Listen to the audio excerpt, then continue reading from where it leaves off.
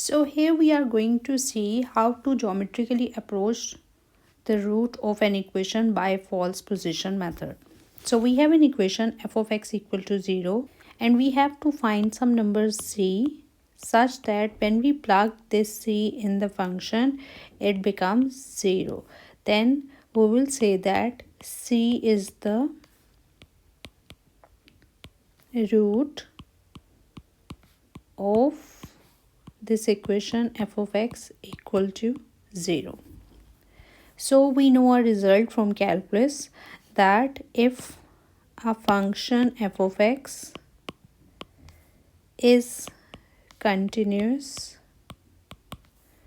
on an interval a b such that on one end the value of the function is negative and on another end the value of the function is positive, then there must exist some number c belonging to the interval ab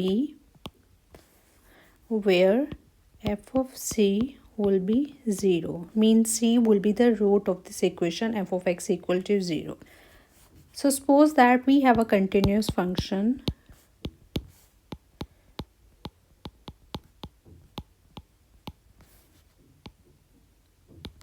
on an interval a naught b naught.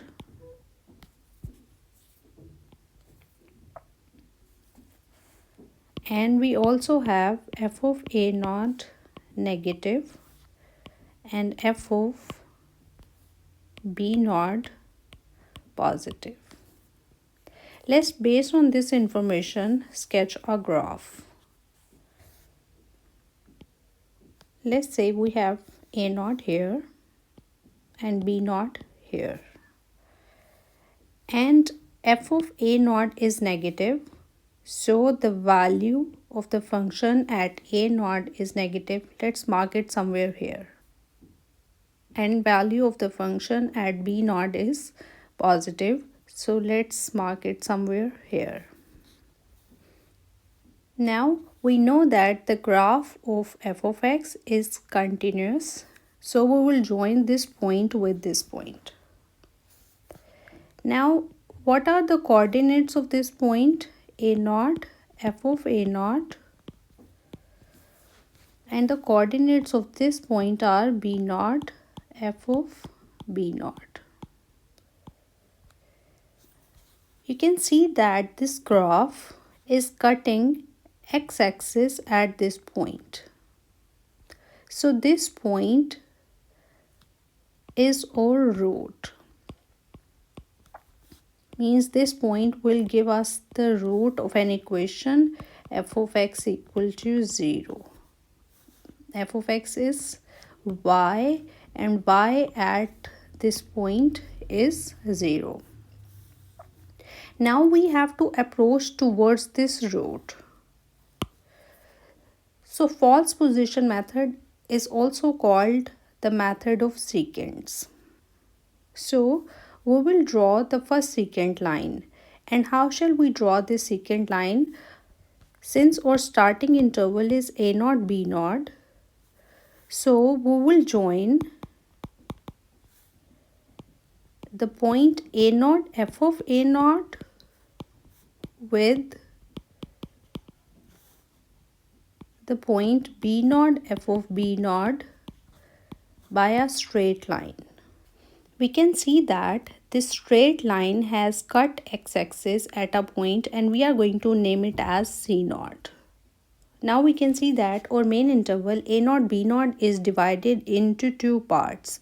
One part is a naught c naught, another part is c naught b naught. You can see that in which half interval does the root lie? Does the root lie in a naught c naught? No, the root lies in between c naught b naught. You can see that this is the root. So the next interval after a naught b naught, we have the interval c naught b naught, and in this interval our root lies. So geometrically what shall we do? Now we will join the point C naught, f of C naught, with the point B naught, f of B naught. Remember, when our interval was A naught, B naught, we joined the 2 points A naught, f of A naught, B naught, f of B naught. Now our interval is C naught, B naught. So we are going to join the points C naught, f of C naught, and B naught, f of B naught. Look at this graph. So we have to join C naught, f of C naught point. First of all, we will locate this point C naught, f of C naught on the graph. This is C naught, and this point has the coordinates C naught, f of C naught. So, and this is B naught, f of B naught. So let's join the points C naught, f of C naught with B naught, f of B naught. We can see that when we join the point C naught, f of C naught with B naught, f of B naught, it has cut x-axis at a point C1. Now, our half interval C naught, B naught is further halved into 2 parts. One part is C naught, C1, another part is C1, B naught. In which part does the root lie? We can see that the root lies in between C1, B naught. So our next interval is C1, B naught.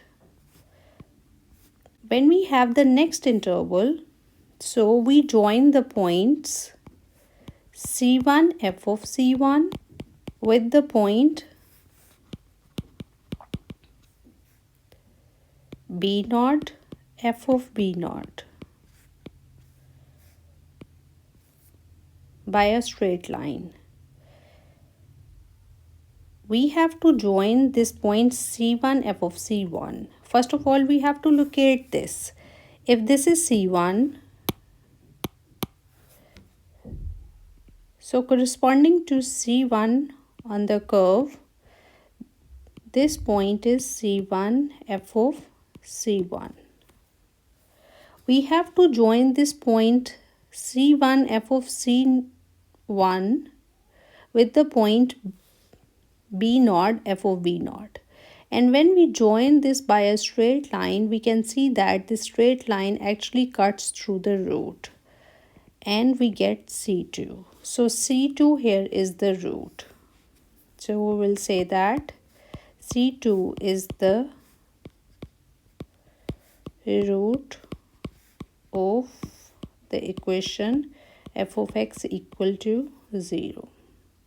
So here in this picture, when we join the points A naught, f of A naught with B naught, f of B naught, it gave us a point C naught. We will call it the first false point. C naught is not the root, but C naught is close to the root. And then we got the point C1.